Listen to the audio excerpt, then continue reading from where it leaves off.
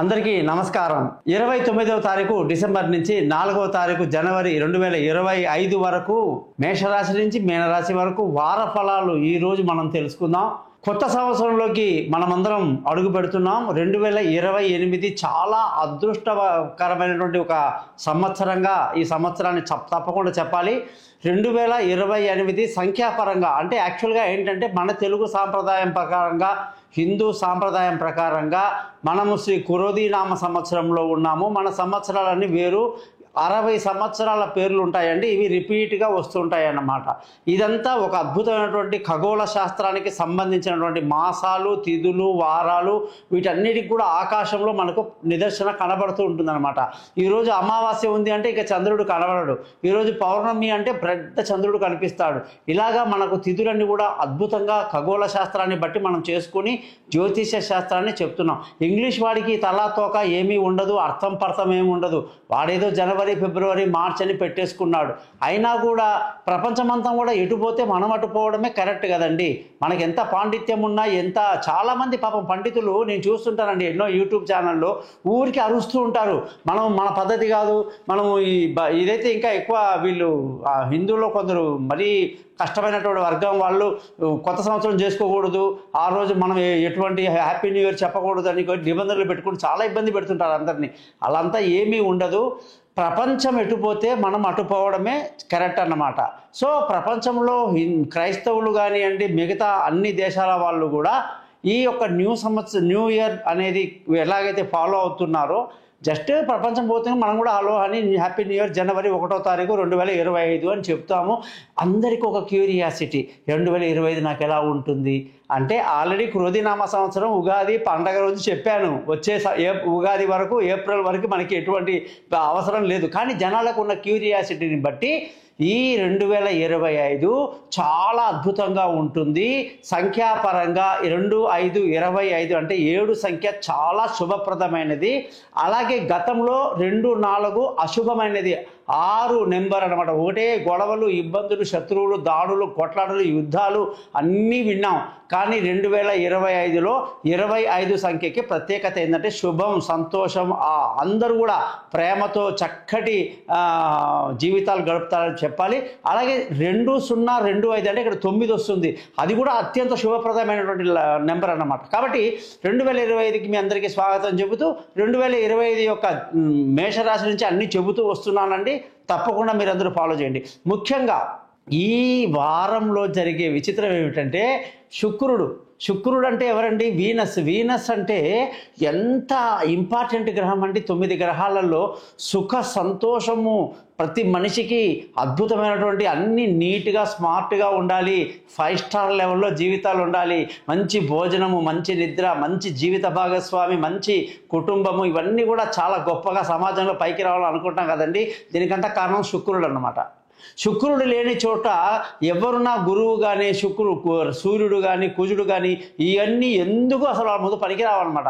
శుక్రుడికి ఫ్రెండ్స్ ఇద్దరే చాలా చెప్పాలంటే, ఒకటి బుధుడు, 2 శని. అంతేగాని మిగతా అందరికీ కూడా ఈ శుక్రుడు మార్పు వల్ల, కుంభరాశిలోకి రావటం వల్ల జరిగే మార్పులు ఎలా ఉంటాయి అనేది ఈ వారం చాలా ప్రత్యేకంగా తెలుసుకుందాం. మీరందరూ కూడా నా ఛానల్ని సబ్స్క్రైబ్ చేయడం మర్చిపోవద్దు.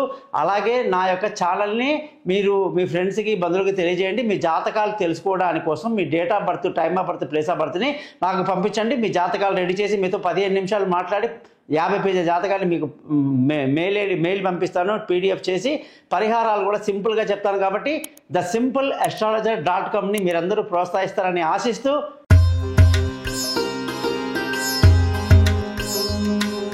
వృషభ రాశి వాళ్ళందరికీ 29వ తారీఖు డిసెంబర్ 2024 నుంచి 4వ తారీఖు జనవరి 2025 వరకు వారఫలం ఎలా ఉందో తెలుసుకుందాం. ఈ రాశి వాళ్ళకి అధిపతి శుక్రుడు. అటువంటి శుక్రుడు ఈ వారం మారుతున్నాడు. అతను కుంభరాశిలోకి వెళ్ళిపోయాడు. ఇంతకుముందు మకర రాశిలో ఉండేవారు. శని ఇంట్లో ఉన్నాడు. మరి మకర రాశి నుంచి కుంభరాశి చాలా మంచిది. కుంభరాశిలోకి శుక్రుడు వెళ్ళడం కూడా చాలా చాలా మంచిది. అలాగే ఈ రాశ్యాధిపతి మీ వృషభ రాశికి అధిపతి కాబట్టి ఆయన క్షేమంగా ఉంటే మీరు క్షేమంగా ఉన్నట్టే. అన్ని రకాలైనటువంటి స్నేహితుడు ఇంట్లో బ్రహ్మాండంగా ఉన్నారు కుంభరాశిలో. మరి ఈ వారమంతా కూడా వృషభ రాశి వాళ్ళకి పట్టిందల్లా బంగారమ్మ అన్నట్టుగా ఉంటుంది. ఎంతో సంతోషంగా ఉంటారు. దశమ స్థానంలో శుక్రుడు రావడం వల్ల ఉద్యోగంలో గొప్ప గొప్ప మార్పులు చేర్పులు ప్రమోషన్లు ఇంక్రిమెంట్లు పై అధికారుల ప్రశంసలు కొత్త ఉద్యోగంలో అవకాశాలు అనుకున్న సమయానికి అనుకున్న జాగాకి ట్రాన్స్ఫర్ చేసుకోవడాలన్నీ అన్నీ కూడా చాలా బాగున్నాయని చెప్పేసి వృషభ రాశి వాళ్ళకి ఈ వారం బాగా ఉందని చెప్పొచ్చు. విందులు వినోదాల్లో పాల్గొంటూ ఆనందంగా గడుపుతారు. బాగా డబ్బు సంపాదిస్తారండి. అనేక రకాలుగా డబ్బు బాగా చేతికి వస్తుంది. కుటుంబ సంతోషం చాలా బాగుంటుంది. బాగా పిల్లల యొక్క చదువు మీద కూడా శ్రద్ధ ఎక్కువగా పెడతారని చెప్పేసి ఈ రాశి వాళ్ళకి మనం చెప్పాలి. ముఖ్యంగా ఈ రాశి వాళ్ళకి ఏంటంటే చంద్రుడి యొక్క ప్రయాణం చూసుకోవాలి.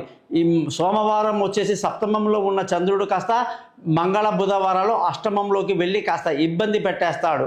మళ్ళీ బుధ గురు శుక్రవారాల్లో 9వ ఇంటికి వెళ్ళి మేలు చేస్తాడు. కాబట్టి మనము ఎప్పుడు కూడా చంద్రుడి స్థితిని కూడా చూసుకుంటూ ముందుకెళ్ళాలి. అది వృషభ రాశి వాళ్ళకి చెప్పే సూచన. మరి వృషభ రాశి వాళ్ళకి బంధువులతో స్నేహితులతో రిలేషన్షిప్ అన్నీ కూడాను బాగానే ఉంది, పెద్ద ఇబ్బంది ఏం లేదు. అలాగే విలువైన వస్తువులు భూములు ఇల్లు వాహనాలు కూడా అష్టమ సూర్యుడు ఎక్కడ కూడా అవకాశం ఇవ్వట్లేదు అన్నమాట. అందుకే చెప్తా మీ జాతకాలు చూపించుకోండి. మీ జాతకాలు చూసి అసలు విలువైన వస్తువులు వాహనాలు కొనడానికి బాగుందా లేదా ఏ డేట్ బాగుందో చెప్తాను. జాతకం మొత్తం 15 నిమిషాలు మాట్లాడి పరిహారాలు చెప్పి మీకు 50 పేజీల జాతకాన్ని పంపిస్తా. అలాగే గురుదక్షిణ ఎలా ఇవ్వాలో తెలియజేస్తా. మీరందరూ కూడా ఈ ఛానల్ని సబ్స్క్రైబ్ చేయటం అలాగే నన్ను నలుగురికి పరిచయం చేయటం మర్చిపోవద్దు. మీ జాతక రీత్యా చూస్తే విలువైన వస్తువులకి ఇప్పుడు అవకాశం బాగా లేదు. పిల్లల చదువులు వాళ్ళ దూర ప్రయాణాలు లేదా విదేశాలకు వెళ్ళటం దూరమైనటువంటి విద్య కోసం వాళ్ళు చేసే ప్రయత్నాలన్నీ బాగా కలిసి వస్తాయని చెప్పేసి చాలా గొప్పగా చెప్పొచ్చు. తెలివితేటలు బ్రహ్మాండంగా వాడుతారు. ఎక్కడా కూడా పొరపాట్లు చెయ్యరు. ఆరోగ్యపరమైన విషయాల్లో మాత్రం ఖచ్చితంగా జాగ్రత్తలు తీసుకుంటూ ఉండాలి. భార్యాభర్తల మధ్య ఇంకా కూడా సఖ్యత పెంచుకోవడానికి ఎంతో వినయంగా ఎంతో ప్రేమగా నమ్మకంగా ఉండాల్సిన పరిస్థితి వృషభ రాశి వాళ్ళకు ఉంది. ఆల్రెడీ భార్యాభర్తల మధ్య విషయంలో చిన్న చిన్న ఇబ్బందులు మాటలు అనుకోవడానికి అవకాశాలు ఉన్నాయి. అవి పెరిగి పెద్దగా అయితే మాత్రం మనశ్శాంతి ఉండకపోవచ్చు. అందుకే జాతకంలో కూడా మనం దశ అంతర్దశ చూసి చెప్పాలి.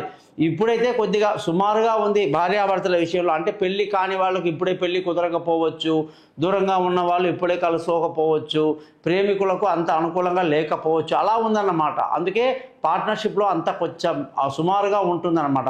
అలాగే ఈ జాతకంలో అదృష్టం కానీ చూసుకుంటే మంచి అదృష్టవంతులు అవుతారు మీరు.